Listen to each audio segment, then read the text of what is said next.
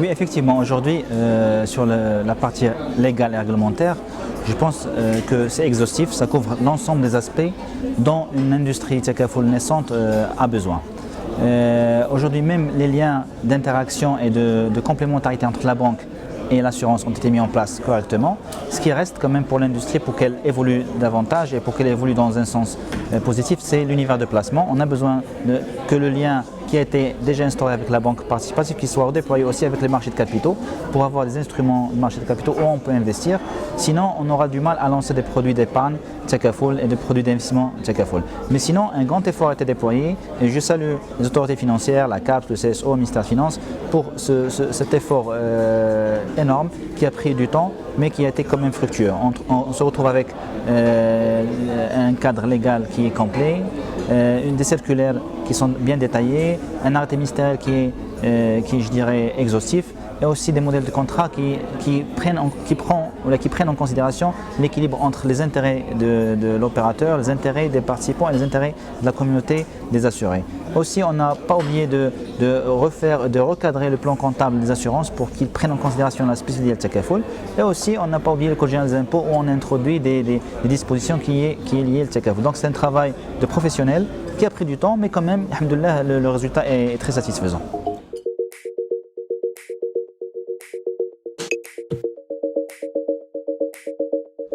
En fait, aujourd'hui, en termes d'industrie Takaful, il y a certaines similarités ou bien points communs avec l'assurance. C'est-à-dire quand je passe la phase d'évaluation des risques, de sélection des risques que je peux assurer, ben là ça reste commun. Ce qui change, c'est la partie comptabilité, la partie contractuelle, la partie gouvernance, la partie aussi investissement.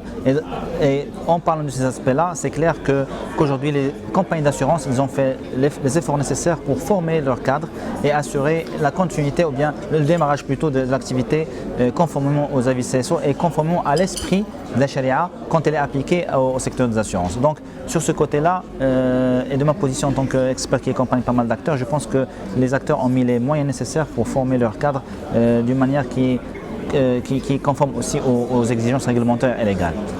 Je reste rassuré par rapport à ce point-là.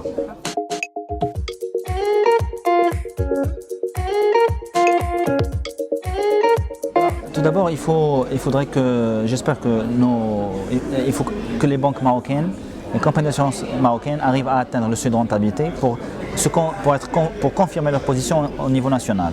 Ensuite, il faut commencer à faire comme leur maison mère, à s'internationaliser, surtout en Afrique de l'Ouest où l'industrie financière a une bonne image de marque. Et donc ça, c'est une première phase.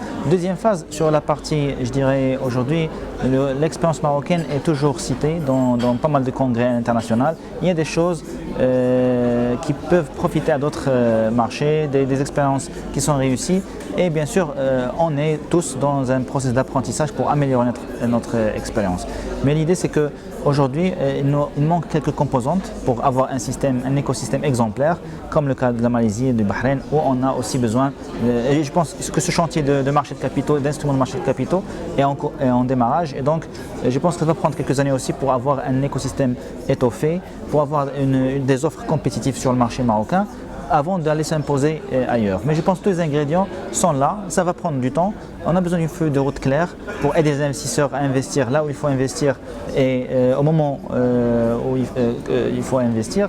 Mais je pense qu'on commence à voir le bout du tunnel pour cette industrie qui est en démarrage.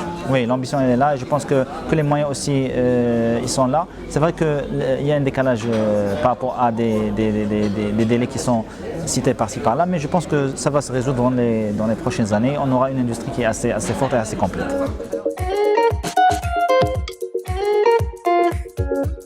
Alors au démarrage, il y avait des formations qui étaient généralistes, c'est-à-dire où on découvrait, on explorait un peu ce que c'est que l'industrie, les concepts, les mécanismes, etc. Aujourd'hui, il y a des cycles de formation qui sont organisés au sein des entreprises, au sein des banques, au sein des compagnies d'assurance, mais qui portent uniquement sur des aspects très pointus. C'est-à-dire on commence à parler de tout ce qui est gestion des risques, et on commence à avoir des idées, des formations sur tout ce qui est comptabilité, sur des sujets qui sont très pointus et qui répondent à un besoin spécifique. Alors je pense que sur ce côté-là, les banques participatives et les compagnies d'assurance vont continuer à former leur cadre pour s'adapter aux nouvelles données, aux nouveaux produits qu'ils lancent et aussi aux nouveautés du contexte national. C'est-à-dire, sur cela, moi je suis rassuré, mais bien sûr, il faut, oui, oui. Oui, alors le grand public, il y a un effort de ce qu'on appelle d'éducation financière. Comme je l'ai dit, il y a la conformité, mais aussi il y a la crédibilité.